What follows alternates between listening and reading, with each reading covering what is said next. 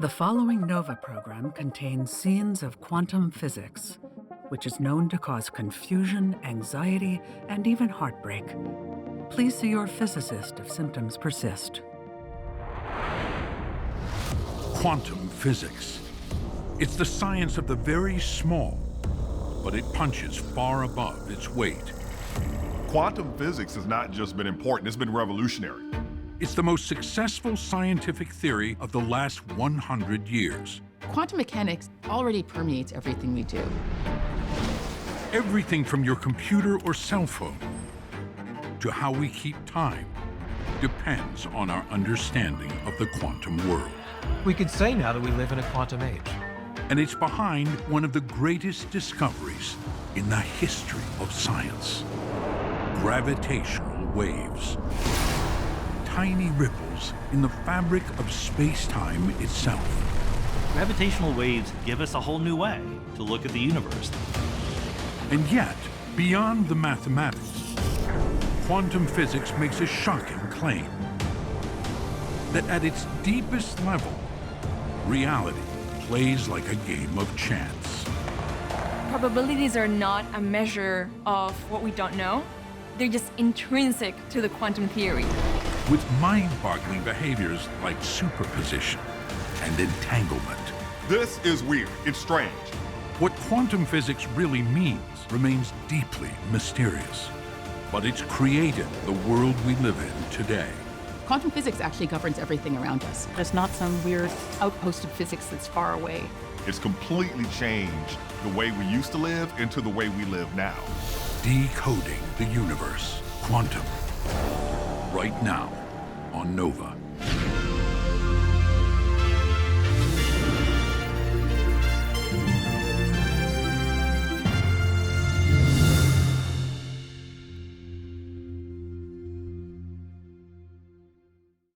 As an American-based supplier to the construction industry, Carlisle is committed to developing a diverse workplace that supports our employees' advancement into the next generation of leaders, from the manufacturing floor to the front office. Learn more at carlisle.com.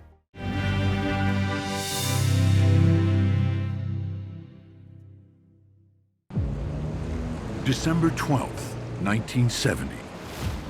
NASA launches a Scout B rocket from a former oil drilling platform off Kenya's coast.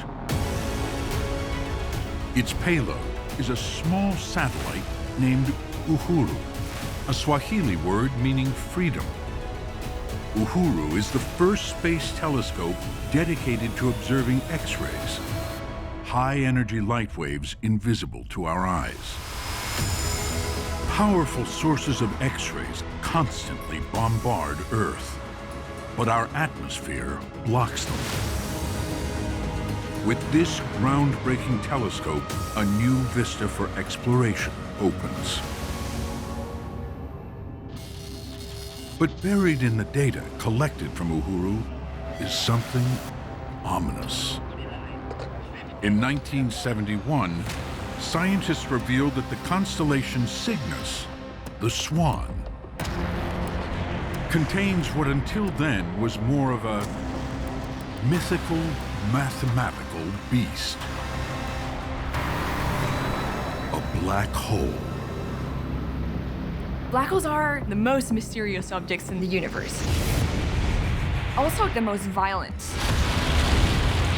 Even Einstein didn't think nature would allow such a crazy object. Black holes are fearsome monsters, capable of devouring whole planets, whole stars, and even each other. A black hole is created when gravitational forces bring together enough mass to put a rip into the fabric of space-time. Some of them are genuinely monstrous. I mean, millions, billions, maybe even 10 billion times the mass of our own sun. We don't actually have laws of physics to predict what's going to happen to us when we go in. Hopefully none of us will experience it anytime soon.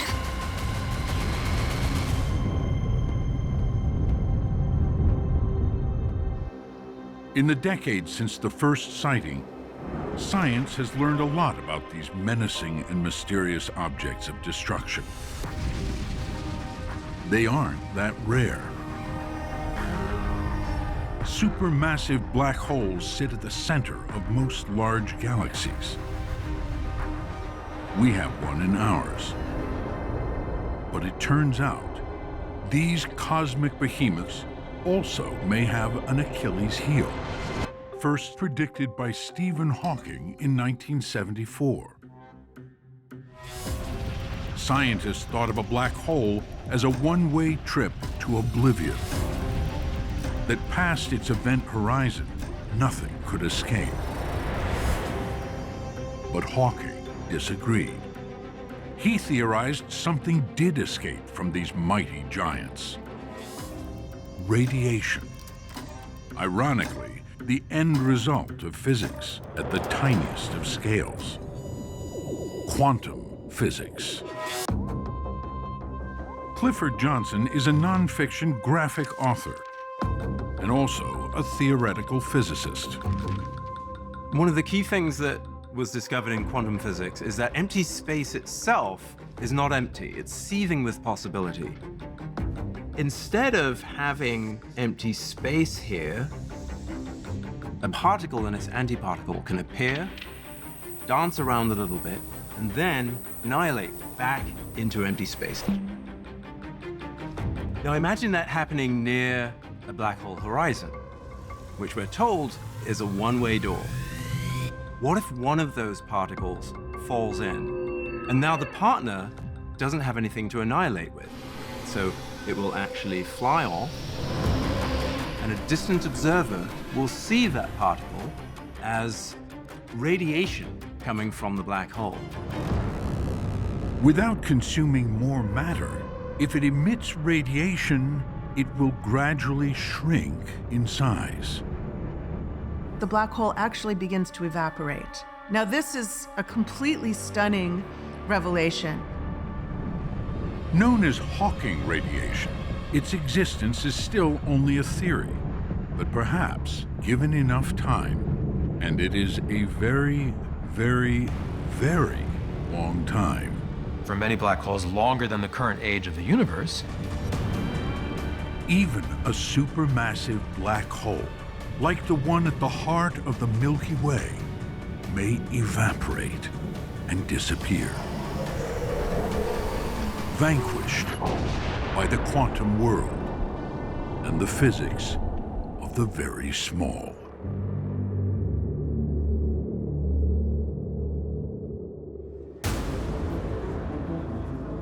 The quantum world is often cast as weird, and it sure can look that way in the movies. You're sending a signal down to the quantum realm.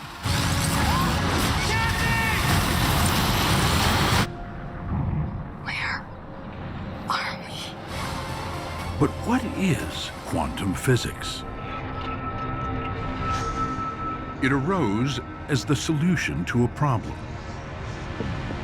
Science during the 19th century had investigated smaller and smaller amounts of matter and energy. But by the first 2 decades of the 20th century, the existing line between the physics of particles and the physics of waves had grown murky,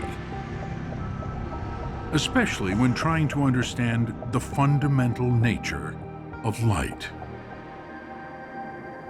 sometimes it really is important to describe light as a wave, as an extended object that sort of waves in space and travels over time, analogously to an ocean wave in the water.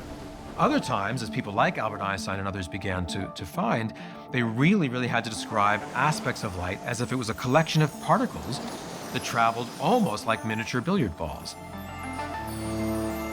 Ultimately, the answer was a new kind of physics, quantum mechanics, which included an amalgam of ideas about both particles and waves. Its earliest formulation dates back roughly 100 years.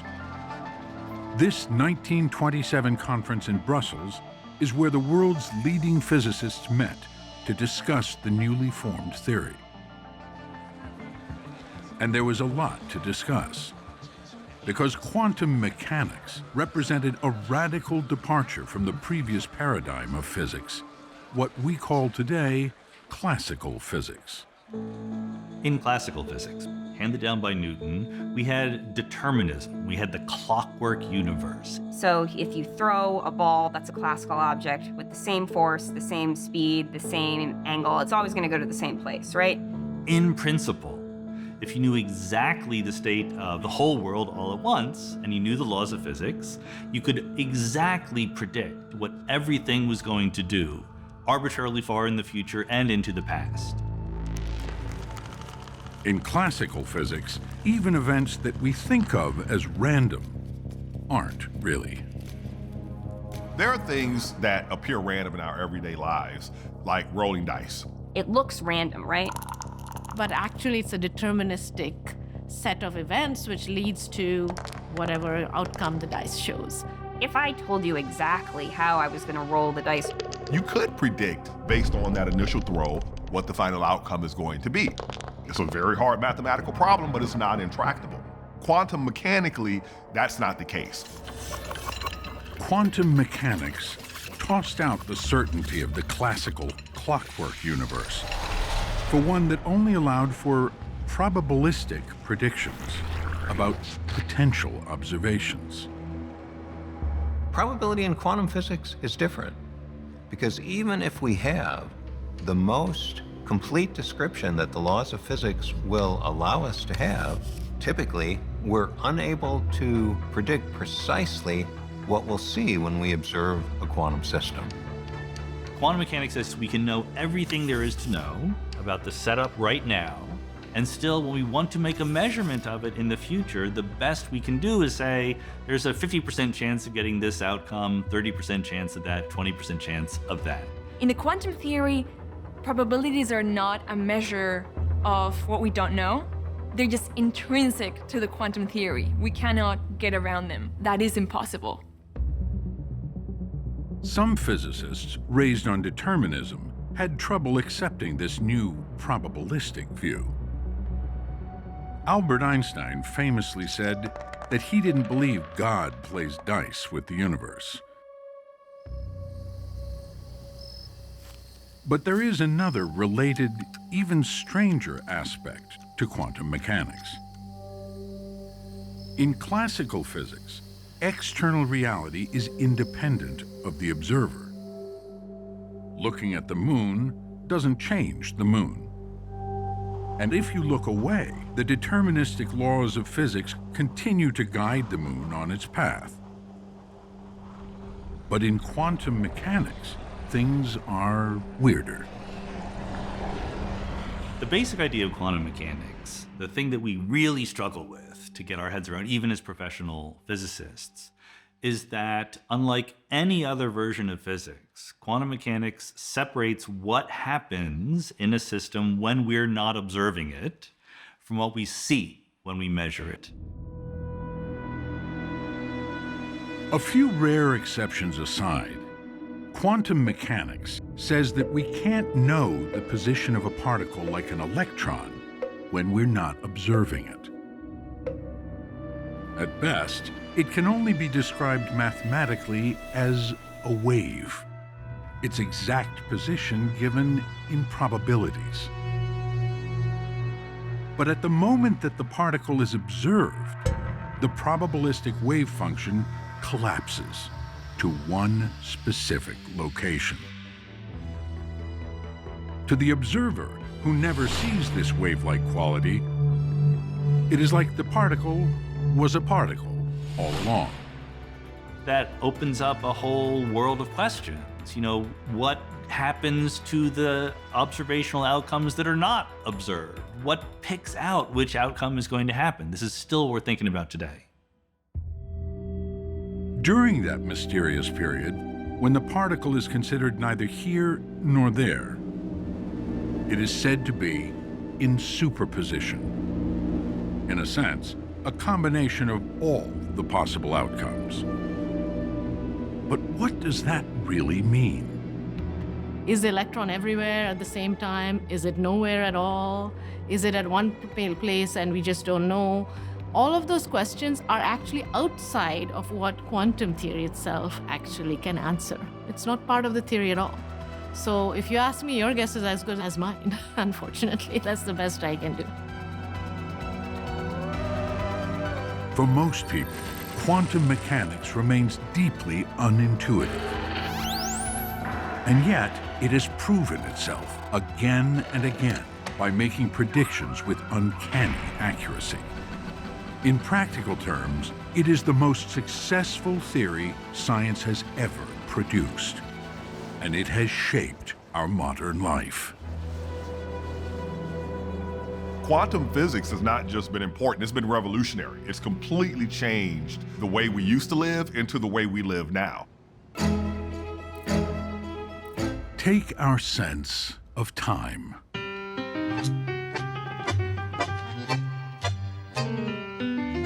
Perhaps there is no better illustration of our intimate relationship with it than music and dance.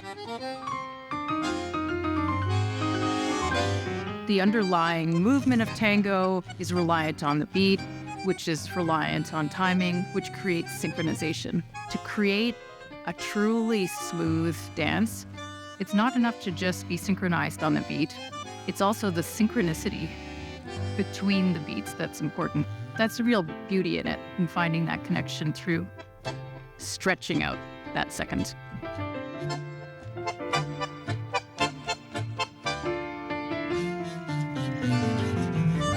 Tara Fortier is a tango professional and a physicist deeply involved in the science of time. So we have a number of systems in this lab. She works here. These systems are used to characterize atomic clocks and also compare atomic clocks. At the Boulder, Colorado laboratories of the National Institute of Standards and Technology, or NIST. Home to some of the atomic clocks that help set the official time for the country. Over the centuries, we've tracked time a variety of ways. By the sun's movement, the swing of pendulums, the oscillations of springs, and in the 20th century, the vibrations of quartz crystals. But since the 1960s, time has been officially determined using atomic clocks and the quantum characteristics of atoms. And the idea is that the laws of physics aren't changing. Unlike something like the rotation of the Earth itself can change because of plate tectonics, because the moon is moving away from the Earth. Its physics is not truly fundamental. The reason why we love atomic clock, it's a universally defined time. No matter who does the experiment, no matter where you do the experiment, in principle, once you correct it for all the systematic effects, it should produce the same time, no matter where. The consistency of atomic clocks arises from the very nature of atoms. Atomic clocks depend crucially on the quantum physics of atoms. You have a nucleus around which there are electrons in certain energy levels. And these energy levels are possible energy states that the electron can have inside the atom. Since an electron can only be at certain energy levels and not in between, to get to a higher level, it needs to encounter a very specific helping hand, such as a particular photon. So if it were to absorb an incoming photon, it would have to be of just the right energy to jump from one level to a higher level. That special relationship between the electrons of a particular atom and a photon of a specific energy level is a unique signature for that atom. It's called a resonant frequency. So this characteristic signature of this atom gives us a very specific frequency standard that we can use to build a timekeeping device.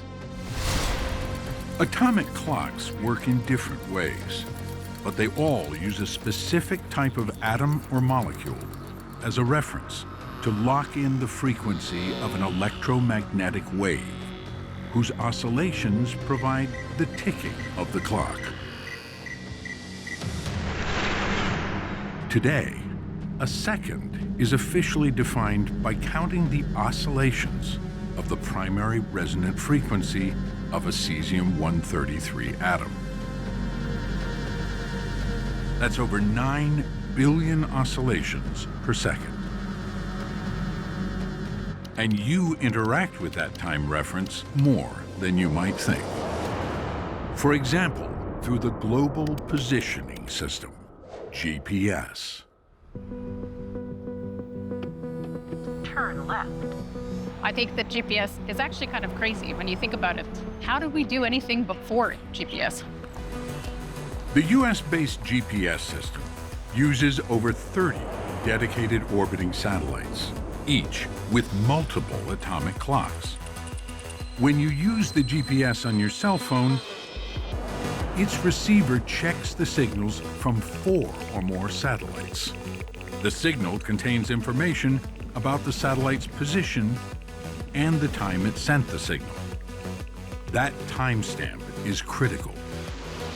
Your phone uses it to calculate how long it took to receive the signal, and from that, knows the distance to the satellite.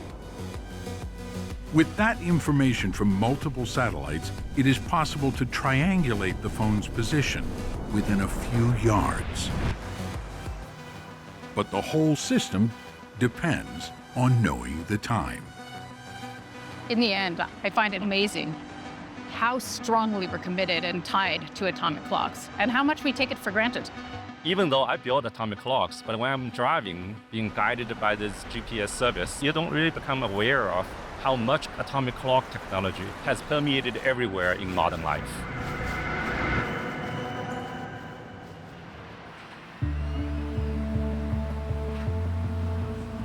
Have you had a chance to look at more systematically varying the BZ?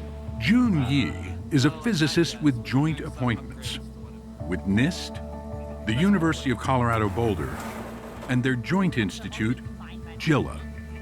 What if you lock exactly on top of each other and see whether that peak disappears completely? He works on the new generation of atomic clocks, known as optical atomic clocks. While cesium clocks use microwaves, optical clocks use lasers, which run at higher frequencies. That also means using a different atom. Instead of cesium, Jun's work mostly uses strontium atoms, along with a laser carefully tuned to one of strontium's resonant frequencies. It puts one of the strontium electrons into superposition, so it is both excited and unexcited at the same time, creating what Jun calls a quantum pendulum. This pendulum is swinging at a speed of nearly 1 million billion cycles per second. It's going back and forth, and this superposition creates this quantum pendulum. And when it comes to accuracy, more swings or higher frequency equals more precision. If you think of swings as marks on a ruler, the more marks you have, the more exactly you can measure. So compared to a cesium clock, Jun's strontium clock is around 100,000 times more precise. And that much sensitivity makes all the more apparent some of the stranger aspects of time, including one first predicted by Einstein: gravitational time dilation. In the movie Interstellar, part of the crew of a spaceship descends in a shuttle to a planet orbiting a supermassive black hole. When the shuttle returns, those on the mission feel they've only been gone for 3 hours, but not the crew member who remained in orbit. Hello, Rob? I've waited years. 23 years, 4 months, 8 days. The difference in time is another effect of the black hole's warping of the fabric of space-time. The warping not only means gravity gets stronger closer to the black hole, but time gets slower too. And you don't need a black hole to be able to measure it. Even on Earth, gravity varies, and so does time, based on the distance from the planet's center. So a person at the top of the Empire State Building experiences weaker gravity and time going faster than a person at street level where gravity is stronger. But all that happens imperceptibly. Our wristwatches just aren't accurate enough to show the difference. But June's optical clocks are so accurate that even a small difference in elevation between two clocks will reveal a discrepancy in the passage of time. When the clock changes its elevation by a few hundred microns, basically the size of a human hair, you will start to be able to see the time is actually running differently. With that much accuracy, a clock transforms into something more than a timepiece. It becomes a new window into the nature of the universe. Making a clock is much more than just a piece to keep time. It is a sensor to explore fundamental physics, to expand our curiosity, to build new technologies that can connect to quantum computing, quantum information processing, and communication.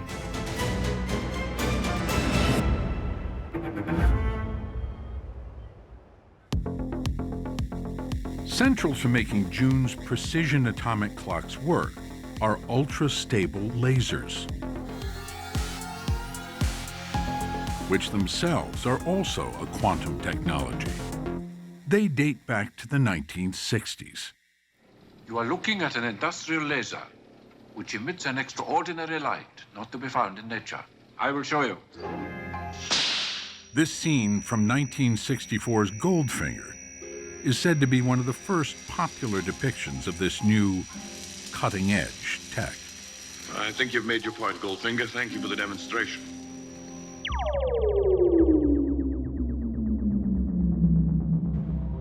Today, lasers are everywhere. There are medical lasers to correct vision, lasers at the checkout counter, lasers for cutting, communicating, entertaining cats, and of course, for light shows, which encourage us all to trip the light fantastic.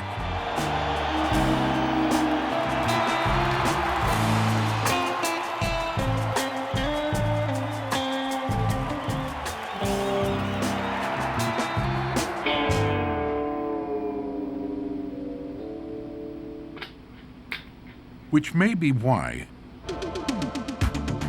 experimental physicist Rana Athikari is laser-focused on lasers. When I talk about how beautiful a laser is as an instrument, I don't want to gush about it too much, like I'm in love with lasers, I don't know. I feel like a weirdo fanatic or something like that, but there's something about them. To understand what makes laser light so special, it makes sense to look at an ordinary light bulb, the old-fashioned kind, with a tungsten filament. It produces light through thermal radiation. An electric current passing through the filament heats it up. Its tungsten atoms become excited and vibrate at different speeds, which causes them to emit photons in all directions across a variety of wavelengths. Compared to a laser, this is chaos. And the way you should think about a light bulb is something like they're just a mob of people all singing a different pitch, so it's like a rock concert audience. But a laser is more like if you go to Juilliard or Berkeley School of Music and you go to a concert, it's like a choir of people who have got perfect pitch. But it's a choir of something like 1,000,000 trillion people singing at the same time, the same tone. That's because laser light is generated in an entirely different way. A fact hidden in its name, stimulated emission. Let's say we have inside an atom an electron that's at some excited state, some higher energy level, And now a photon of just the right frequency passes by the atom. It triggers the atom to do something interesting. The electron loses energy and goes to a lower energy and emits a photon of precisely the same frequency as the one that came in. It's going in the same direction and it has the same phase. So what we have there is a quantum mechanical amplification process.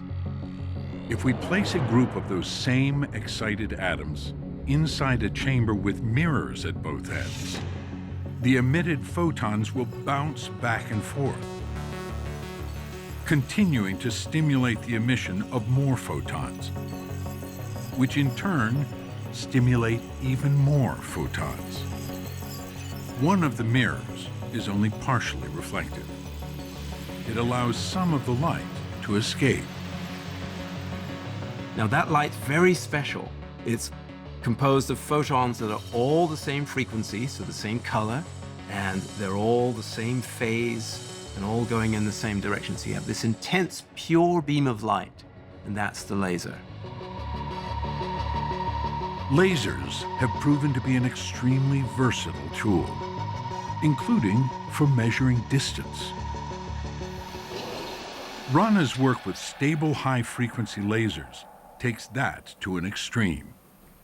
When you use them, you're in a whole different realm of measurement than anything else that has to do with rulers and any of that other stuff. Anybody who's like a real pro knows that the only thing that you ever measure is frequency. If you measure anything else, you're kind of an amateur.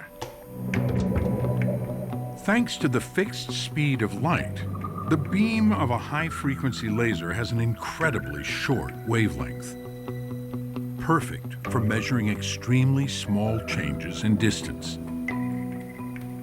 Since 1996, Rana has been part of a project that uses laser light to measure something incredibly, unimaginably small and weird. Tiny fluctuations in the fabric of space and time itself. Space and time ripple. They're not fixed things. And so the distance between my two hands is not always going to be this if I hold them steady. The idea, like so many, goes back to Einstein.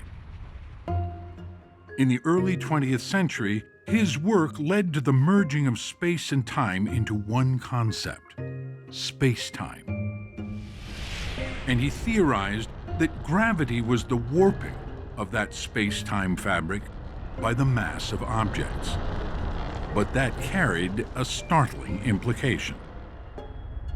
That the acceleration of objects with mass would create ripples in space-time that spread at the speed of light.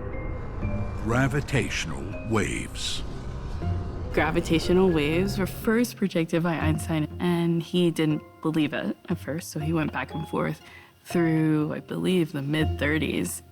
But his first prediction was they were too minute to ever be detected. By the 1980s, that sentiment had changed, and LIGO, the Laser Interferometer Gravitational Wave Observatory, was founded as a joint Caltech and MIT project. Part of Rana's work at Caltech has been to continuously improve the essential art of LIGO, laser interferometry. This is where it all begins. I'm going to show you the whole laser interferometer in here. That's a prototype of the LIGO system. The basic design is easy to understand. The LIGO interferometer has two arms at right angles to each other. A very stable infrared laser feeds into a beam splitter, which directs half the beam down each arm. Half of the light goes one way and half goes the other way. And then you have mirrors at the ends, and they reflect the light back. The phase of one arm of the laser is the reverse of the other. If all is normal, when recombined, they will cancel each other out, resulting in no signal. But if a gravitational wave passes through, distorting space-time, the length of each arm will change, shifting the phase of the two beams. For a brief moment, the equipment will register a signal. Instead of having exact cancellation and destructive interference, you have a little bit of light leaking out. And that little bit of light that leaks out is what we detect. But there is a key difference between Rana's working test bed and the real deal. Size. This is one of 2 LIGO installations in the United States. While the arms of the Caltech instrument are about 44 yards long, the ones here cover about 2.5 miles each. Costing hundreds of millions of dollars, LIGO was a huge gamble on an unproven idea that paid off. In 2015, a signal was detected. And it was a doozy. The first event that LIGO detected was the most powerful event human beings had recorded since the Big Bang itself. More power came out of that collision of those 2 black holes than was emanated by all the stars in the universe combined. All of that power came out in the ringing of the drum of space-time. Since the original event, LIGO has confirmed the detection of more than 80 others. It is hard to overstate the significance of the discovery.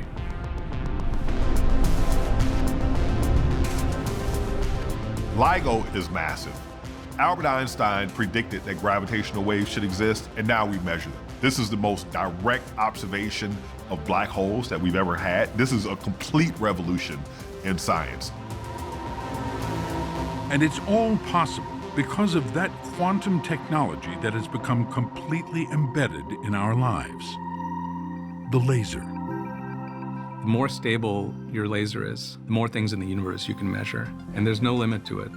So every year when we get lasers better and better, we'll be able to see further out into the universe and see tinier things in the microscopic nature of reality, matter, space and time, anything like that. You just have to keep working on this one tool and make it better and better. Arguably, the most important change in quantum physics in recent decades is a deeper understanding of a special kind of shared state called quantum entanglement. Imagine a machine that spits out pairs of coins, which on the surface look like ordinary coins. If you flip one, it comes up heads or tails, about 50% of the time. Nothing strange there. But using a pair of coins fresh out of the machine, you flip one, it comes up heads. And then the other, it also comes up heads. That could just be luck. So then you do the same thing with another fresh pair. This time the first coin is tails, and so is the second. Agreement again. So you flip another pair, and then another, and another, and another. Pair after pair, the 2 coins always agree on the first flip. What's going on? Maybe the first flipped coin, once it comes up heads or tails, is somehow telling the other coin how to behave. To make sure that can't happen, you separate the coins by flying one to the moon and flip them at the same time, so no message could possibly travel between them. Still, they come up in agreement. It all sounds too strange to be true, but particles really can behave like those coins. In quantum physics, it's called entanglement. Entanglement is really just this stubborn, exciting and/or frustrating fact that takes a long time to try to get our heads around. Entanglement is certainly the most interesting and the most confusing aspect of quantum. It's one of these things we don't see, naively in the world around us, but it is taking place deep in the materials that exist around us every day. And while you probably won't come across a coin entangler anytime soon, In the lab, scientists routinely generate pairs of entangled particles that share a quantum state so fully they can be thought of as one quantum object. You simply can't differentiate between them. It's just one pure state. It's as though you have a single entity that's spatially separated without a physical connection. Entangled particles remain connected even when they're separated by hundreds of miles, and likely far more. So does that mean it can go between here and Andromeda? Probably. The equations give us no reason to think it wouldn't. Entanglement sounds bizarre. Einstein derided the idea as spooky action at a distance. But since the 1970s, experiment after experiment has confirmed entanglement is a real quantum phenomenon. Now, of course, many, many decades later, we know that entanglement is undeniably a part of the world. It's how the world works at the quantum mechanical level. We better get used to that and now see what can we do with it. Because it's powerful, let's try to use it. It's become this new tool. Being able to create and control it might be arguably thought of as one of the biggest scientific and engineering developments of the 21st century. And that's happening on several fronts. Entanglement has been put to work in quantum cryptography and quantum communication, in atomic clocks, and in continuing improvements to LIGO. But perhaps with the greatest fanfare, in quantum computing. And that starts with this: the qubit. The qubit gets its name from its cousin in classical computing, the binary bit. Like its name suggests, a binary bit can only be set to 0 or 1. But from such humble beginnings, much has flowed. More or less, all the computing that makes up the modern world. All calculations, all emails, whether you're talking to your friend or whether you are a NASA scientist doing some rocket calculation, all of that can boil down to just zeros and ones switching inside your computer, which is kind of amazing that it's that universal. Despite its many successes, the binary bit is the equivalent of a light switch, on or off. The qubit is far more subtle. The special thing about a qubit is that it operates by the laws of quantum mechanics. It doesn't have to be just in the 0 state or just in the 1 state. It can be in a superposition of both. That superposition creates a mathematical space often represented by a sphere. Where a classical bit can only sit at the South Pole or the North Pole, a quantum bit can be anywhere on the surface of this sphere. It opens up a whole new array of possibilities of mathematical operations. But a single qubit will only take you so far in computing. One qubit by itself is not a computer, or it would be the world's smallest, most useless computer. But when you combine them, it can provide enough computation and calculations that you can get something on the other end. Using several qubits together opens up the power of entanglement and unleashes mind-boggling levels of complexity. If I wanted to give a complete description of what's happening with just a few hundred qubits, very highly entangled with one another, I would have to write down more bits than the number of atoms in the visible universe. And it's that extravagance of the quantum language that we wish to exploit in a quantum computer. Beyond the work being done at universities, there are about 100 companies developing qubits and quantum computing hardware. Major players include Google, Microsoft, Amazon, and IBM.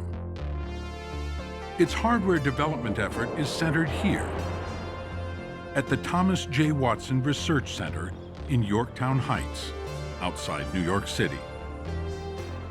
Okay, let me introduce you to our IBM Quantum System 2. Actually inside here is 3 quantum processors, and the team is working on how you investigate algorithms that use multiple different processors. IBM's qubits employ small loops of superconducting metal. Since superconductors require cold temperatures to operate, the center section of the computer is a refrigeration unit. In fact, the cooling unit of a quantum computer can look so cool, it's often confused for the star of the show. So this is a dilution refrigerator. A lot of people think this entire cool, shiny machine here is a quantum computer, but that's actually not the case. This is not a quantum computer. This is a quantum computer, this tiny little chip down here. This is a freezer, basically. But you can't deny that it is amazing looking. All of these fancy, shiny parts are just plumbing parts and cables designed to keep the quantum computer insanely cold. I mean, it's like minus 400 something degrees Fahrenheit. Like, there's absolute zero. We are 0.015 above that. It has to be so insanely cold because we use superconductors to make our qubits.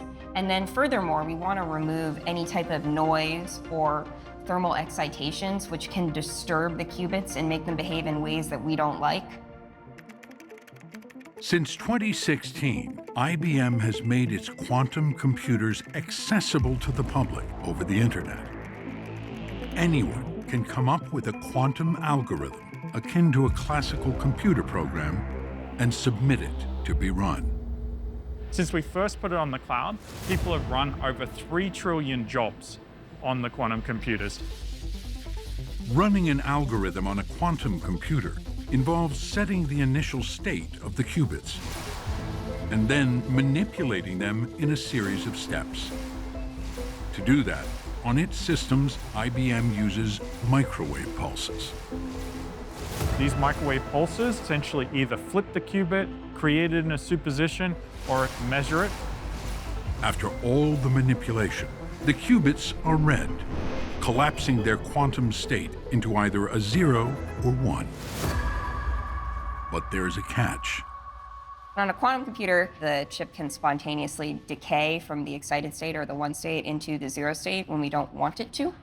And this can occur, about every millisecond or so. These errors are basically inherent to the quantum nature of the device. Correcting these errors is one of the built-in challenges of quantum computing.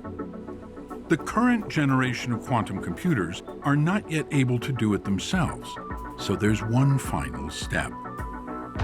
The information then comes back out, then it gets sent over to a computer where we do things like error mitigation, post-process the results, correct for any extra noise, and then we send it back through the cloud. It is easy to imagine that quantum computing is the next phase of classical computing. That soon you'll see a box that says, "New Qubitium chip inside." The most common question people always ask me, which is like, when will I be able to play Minecraft? When will I be able to play Doom on my quantum computer? Quantum computers are not good for everything. In the future, there won't be quantum PowerPoint, there won't be quantum Word. We don't need to do that because we have classical computers and Xboxes that are perfectly suitable for those types of applications. Quantum computers function very differently and are aimed at very different tasks. Experts see a role for quantum computers in areas like simulation of quantum behaviors in chemistry and materials, or optimization of complex systems ranging from energy distribution to database searches. In any case, the future of quantum computing is far from written. So because things are really speeding up all over the world, I think we're going to very quickly see a demonstration of a task that's been done with a quantum computer that just is well outside the capability of current computers. And that'll probably happen within the next 5 to 10 years, I would say. The future of computing is going to have classical accelerators, it's going to have AI accelerators, and it's going to have quantum computing accelerators all working together. And for me, that's one of the most exciting things, is how do we actually take advantage of all these different accelerators? I think that a well-functioning quantum computer will be able to do certain things much, much faster. But number one, we don't know for sure. And number two, it might turn out, the pessimistic view of this, that those problems are kind of limited, that they're very, very specialized. But that's all exciting, fun work in progress. That's what makes it interesting.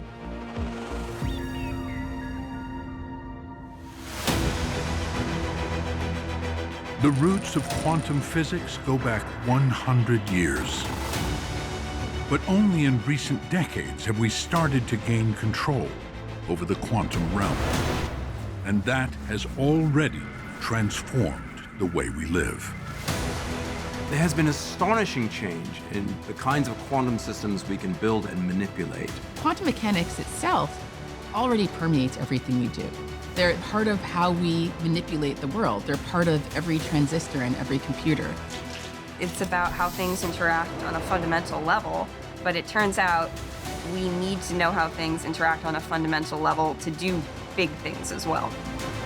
There's still deep mysteries to puzzle with. That part hasn't gone away. What's increased in a way that I still find remarkable is that these same curious, mind-boggling quantum features are now built into how people navigate the world every single day. But what about the future? What will quantum technology offer in the coming decades? Just like we can tell our kids, oh yeah, I was born before the internet. I was born before smartphones. 50 years from now, people are going to be telling stories about technologies that are normal that today we can't even fathom. I believe 50 years from now, people growing up won't think twice about entanglement, superposition. I think that will be commonplace. One of the things I love about quantum mechanics is that it seems non-intuitive to us. That tells us that there's something beyond just what we think we understand. We can't always rely on our intuition. We have to rely on our understanding to make progress. And quantum mechanics just shows us that so clearly.